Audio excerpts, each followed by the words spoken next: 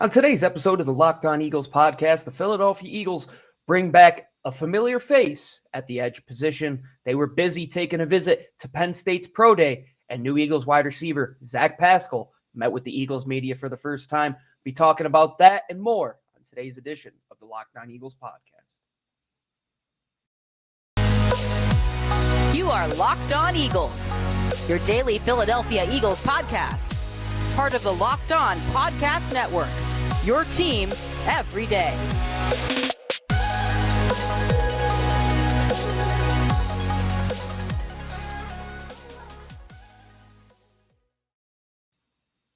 And welcome on in, everybody, to another edition of the Locked On Eagles podcast here on the Locked On Podcast Network, your team each and every day. And I'm Gino Camilleri, your host, as always, joining you here on this Thursday edition of the show. And I just have to say thank you for making the Locked On Eagles podcast your first listen each and every day, where you get your podcasts, where you watch us on YouTube as well. And you can always get our written work on Fox 43. You can follow me on Twitter at GC24_football. Follow my co-host at DiBiase LOE and follow the mothership at Locked On Birds. And as I said in the introduction, even though it's just a random Thursday, a few weeks after the start of free agency, the Philadelphia Eagles had a newsworthy day, starting with the heaviest of the news.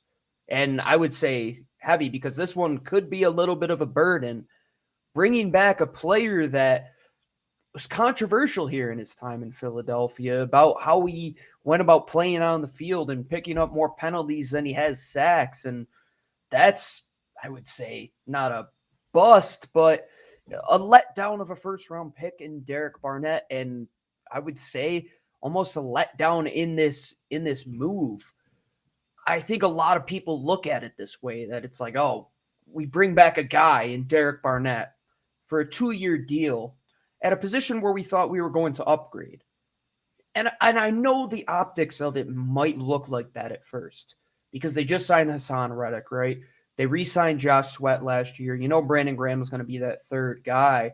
And you thought, okay, they're going to fill that fourth spot with somebody in the draft. Then you have your depth with Teron Jackson, Patrick Johnson coming off the edge as well. Well, they threw a whole cog in the machine. They threw a wrench to it and added Derek Barnett back to the equation. But what does that do for them? It might not be the best move to bring a type of player like this back to Philadelphia because he might take away playing time from somebody that you go out there and draft. But what this does is much like their move that they made with Zach Pascal and the potential to trade for a guy like Devontae Parker. And what that would do is eliminate the pure necessity to overreach at a position and draft one just because. And the David Ojabo injury, it could potentially have had an impact on why Derek Barnett is here in Philadelphia. There's 4 top edge rushers in this class, and then there was David Ojabo. He was the 5th, clearing away the top 5, right? If you take him out of the equation, where Aiden Hutchinson, Kayvon Thibodeau, you know the Georgia kid is going to be gone too. What are you left with? Are you okay taking JJ the third out of Florida State? Are you okay with reaching on Ojabo after that injury, which I'm sure they wouldn't do? Do you settle for George Karlaftis at that position, which to me, I would like that? Now you don't have to really go out there and overdraft George Karlaftis if you don't like him, right? Because you do have another guy there that allows you to let things kind of percolate as they should. Let the draft board fall as it should and not use unnecessary resources to go up and grab one of these guys. Just let the board fall to you. Ideally, Derek Barnett isn't a player that you want to be taking 50% of the snaps, and I don't think he's going to be in that position at all. I think he's going to be a pure rotational rusher. It'll be indicative when we see what the numbers are on the contract, because if it's lower based, not up into the double digits, hopefully not. If it's closer to like $5 million a year, yeah, he'll probably be a situational type rusher. Not an every down guy. They have their every down players. Hassan Reddick's going to be on the field every down. Josh Sweat is going to be on the field every down. You know the guys on the interior are going to be there every time. Javon Hargrave, Fletcher Cox. Then you have to throw in Milton Williams and a multitude of other guys. Derek Barnett isn't the worst rotational guy to have. Lou made this point today. If you could get a cheap defensive end or edge number 4 in a system that he has played in before and just use him in a rotational role to where he excels, that I don't really know. That's up to Jonathan Gannon, and I'm glad I'm not having to make that decision. But ultimately, you bring back a player that's familiar with the system, a guy who could take rotational rushes, and you don't really have to force that pick. Much like at wide receiver too. Like, I don't think you have to force that pick if that player's there. Like, if you have a second round graded guy as your top player at the position and you're picking at 15, yeah, you move on to another position where you have a first round grade. Could it be like a Tyler Linderbaum, for example? Yeah, I think that's a perfect example. If they don't get their edge rusher, I'm sure they'd be fine taking a top offensive lineman or a top wide receiver if one of those guys falls. Ultimately, it's not ideal, though. I like to look at everything in a positive light.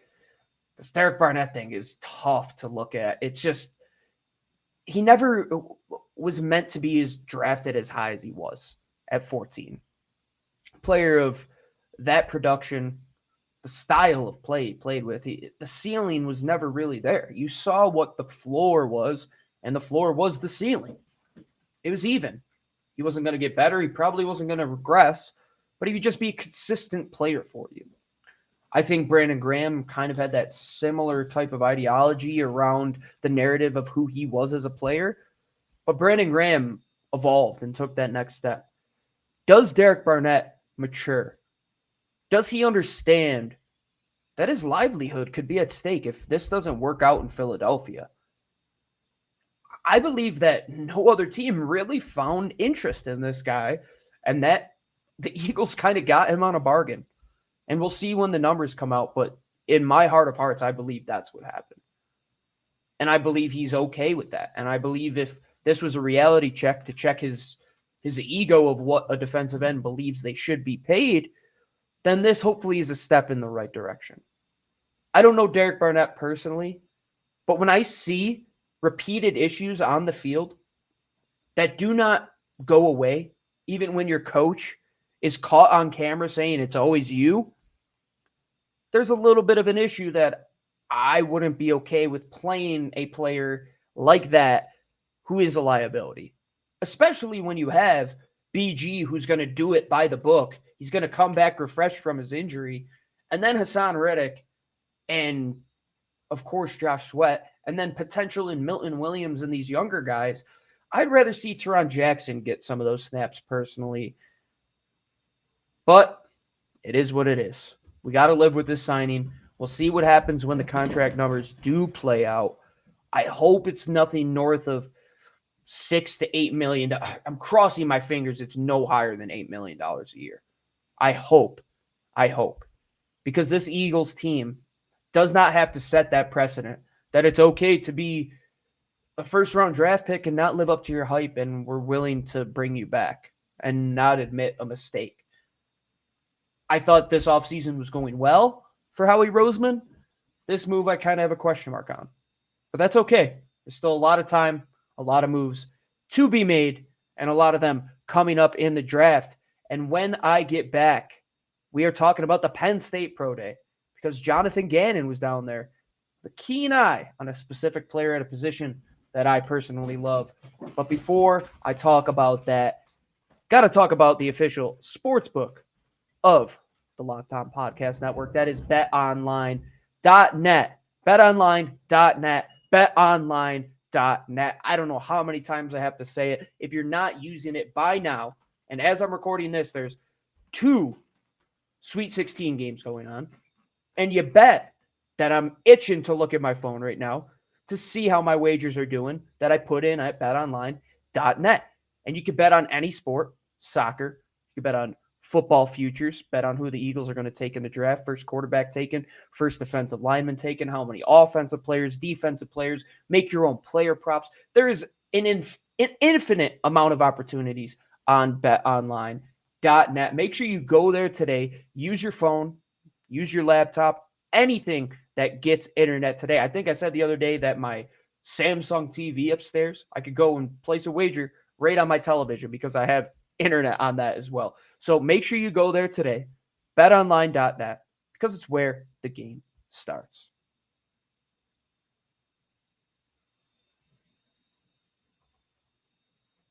All right, welcome on back, everybody, to this edition of the Locked On Eagles podcast. I'm your host, Gino Camilleri.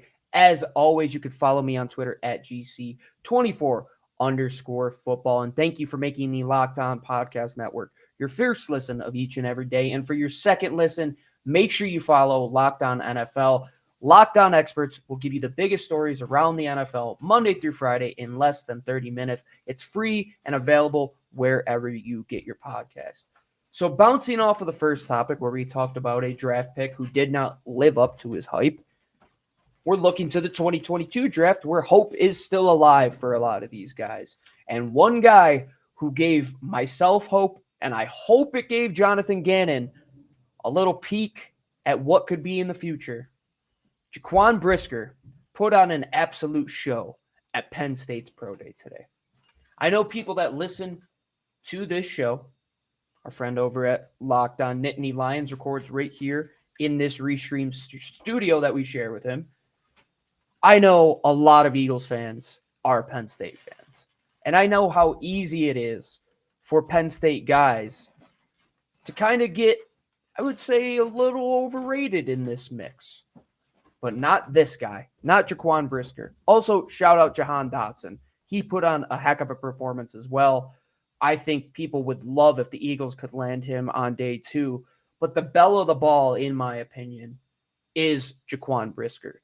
The Eagles have a true need at the safety position. Without a doubt, it's the biggest need on the team, in my opinion. Linebacker, they at least have bodies. They had a high pick in Davion Taylor. We'll see what happens there. Safety, it's like looking at a desert, my friend. I mean, Anthony Harris just re-signed for a 2.5 one-year deal. You got Marcus Epps, who's a good third safety, but he's not going to be a guy you want starting. Then you have the conundrum of Kavon Wallace, and is he going to be on the field? One player that would immediately be able to come onto this Philadelphia Eagles football team, make an instant impact on the back end with his pure athleticism. He broad jumped 12 feet, 4 inches. How far is that? That's a world record. He set a world record today. That's insane that a player going into the NFL isn't a pure track star and going into the Olympics, but rather is now making his name as a future premier safety in this league. I hope Jonathan Gannon sees what I see in Jaquan Brisker, his game-changing ability, his pure athleticism that is just now tested out and shown to be truly freakish. The guy's spider chart is out of bounds. I mean, he is, by any stretch of the imagination, in 0.01% of the athletes on this planet. I know that the Eagles don't have a good history taking this position high, but to send your defensive coordinator to this pro day when there is a top player at a position of need, well, things could be pointing in the right direction for the Eagles to finally address that. Finally address the hole at safety. The gap that they've been just putting duct tape over to fix a huge pothole. They're just putting a little flimsy board over it, signing Anthony Harris, Corey Graham back a couple of years ago. Trading for Marcus Epps, yeah, it's good, but, I mean, it's no Minkah Fitzpatrick. It's no top safety. The Eagles don't have a game changer. Tyrann Mathieu's still out there. Kyle Hamilton will be available. Will he make it to 15? Probably not. So you have to look at other options. You have to look at Daxton Hill. You have to look at Jaquan Brisker. I'm looking at him in a big-time way as the number 19 pick. Maybe you have to reach a little bit, but to see how he tested, plus his film, plus the location of Penn State being so close, it really just does make for a formula that this guy could be a Philadelphia Eagle. And we know that Jonathan Gannon, going back to the draft last year, has an input in players that are drafted. You saw how excited he was when Milton Williams was picked. If you don't believe that he had any say in saying that he had a bright future ahead for his system that he was going to put Milton Williams in, well, you'd frankly be mistaken when Tom Donahoe got really upset when Milton Williams was taken, and Tom Donahoe has been there much longer than Jonathan Gannon has. So Howie Roseman knows that this defense has holes. His defensive coordinator knows it has holes. So go out there and get a game changer. I hope with all of my fingers, all of my toes crossed, that they don't miss out on the Darnell Savage, that they don't miss out on the Chauncey Gardner-Johnson, that they don't miss out on the Nasir Adderley. They need, not just a want, a need in the absolute worst way. They have to draft a safety. I cannot say it enough. And I would be fine with it being Jaquan Brisker. I would love if Kyle Hamilton somehow did fall, but reality is you're going to have to find another avenue to get an instant impact player. Somebody that's probably going to have to start out of necessity simply because you don't have the bodies and don't have the personnel at that position. Jaquan Brisker, I hope you made an impact on Jonathan Gannon today because you made an impact on this show, and I hope you make an impact in the defensive backfield of the Philadelphia Eagles for at least the near future and hopefully for a decade plus. I would love that pick. I think it would be an out of bounds pick if they were able to get him. And hopefully in about a month, the Philadelphia Eagles actually take somebody in the defensive backfield rather high. And to finish off the show, after that safety discussion, after the Derek Barnett discussion, going to finish it up with Zach Pascal because he made his introductory press conference to the Philadelphia Eagles media today. And we'll get into just how this whole thing curated and Zach Pascal ended up signing in the NovaCare complex.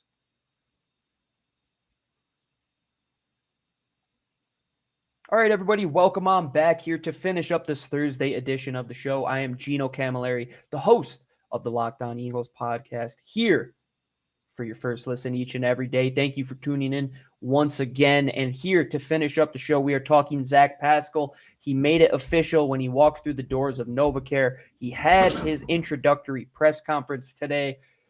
And what do you know? Nick Sirianni made an impact on this guy. So the story is, after free agency began, Zach Pascal got on his phone and used that one emoji that everybody on NFL Twitter hates, the eyeballs. Because everybody thinks something's going to happen. Well, this time, the eyeballs, they sparked a fire. He sent the eyeballs, this is Zach Pascal, to Nick Sirianni via text. Nick Sirianni said, well, we're working on it. And then Zach Pascal said, come and get me. And look what happened. I take a look at this situation. No, it's not the biggest name. But to me, as somebody who really does laud player development and appreciate how guys like Zach Pascal, who were undrafted free agents, that end up in Washington, who end up making their way to Indianapolis, can come out and have 15 career touchdowns, nearly 2,000 receiving yards. And who is one of the main contributors to that? Wide receiver coach and now head coach of the Philadelphia Eagles, Nick Sirianni. He created that relationship with Zach Pascal to where 2 years after he was gone, he wanted to come play for a team that Nick Sirianni was a part of. And we know that Nick Sirianni's best part of his game is his emotional intelligence and how he can handle players, but also how he can develop them. I believe there are a lot of players that under Doug Peterson may not have hit that peak, but then Nick kind of added a little bit of spice to things last year. And I thought he got more out of some players like TJ Edwards, for example. That's not on Doug. That's more on Jim Schwartz. We know that.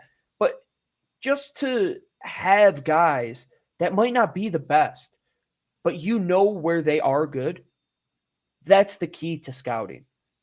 And Nick Sirianni can identify talent and he can build relationships and he can make a team fight for him. That's everything I want in a head coach. Everything Zach Pascal seems to want in a head coach. We talked about free agents maybe not wanting to come here because of the situation. Well, maybe not the top ones, but Zach Pascal, definitely an impact guy who's going to be a part of this football team, and he's going to get a decent amount of snaps. He was affected by Nick Sirianni. So now, as Nick starts to continue to build this culture here in Philadelphia, I hope to hear more of these stories where guys are reaching out to free agents and Nick Sirianni is part of the recruiting effort, like sending a keg to Jason Kelsey's house. Having a coach that knows his X's and O's and knows how to do X's and O's in terms of relationships with players and push all the right buttons, that's going to take this team far. And I hope the continued effort between Howie Roseman and the coaching staff continues the way it's been going. Because the signings that they have made in terms of relationships, in terms of guys that were with coaches before that come here and, i.e. Anthony Harris, are still on the team in their second year, I think that's something that is beneficial to a football team. Having guys in charge that players trust. And that'll do it for me, Gino Camilleri, the voice you always trust here on the Locked On Eagles podcast. Lou and I will be back tomorrow to finish up this week of shows, the fifth and final episode of the week, because you're getting 5 episodes each and every week, and you're making it your first listen each and every day, anywhere where you can get your podcast. Odyssey, Spotify, Stitcher, SoundCloud. Go on Twitter. You can always look at our link tree. We have everything in there. Watch us on YouTube as well. Just hit 500 subscribers. We want to get to 1,000 by the draft. Make sure you hit subscribe. Always check out Lou's written work on Fox 43. He put out a great piece today about that Penn State Pro Day. And after you make today's show your first listen, make sure you make the second listen of your day, Locked On NFL Draft. Ryan Tracy and former NFL cornerback Eric Crocker bring the NFL Draft to life every day with insight and analysis on college football prospects and NFL front offices. And it's free wherever you get your podcasts. As I mentioned, make sure you subscribe anywhere you get the shows. Make sure you check us out on YouTube. Make sure you check us out on Twitter as well at Locked On Birds. Check out Lou at DiBiase LOE. Check out myself at GC24_football. That'll do it for me here on this Thursday edition of the show. Thank you for downloading. Thank you for subscribing. Thank you for making us your first listen of each and every day. I'm Gino Camilleri. Fly, Eagles, fly.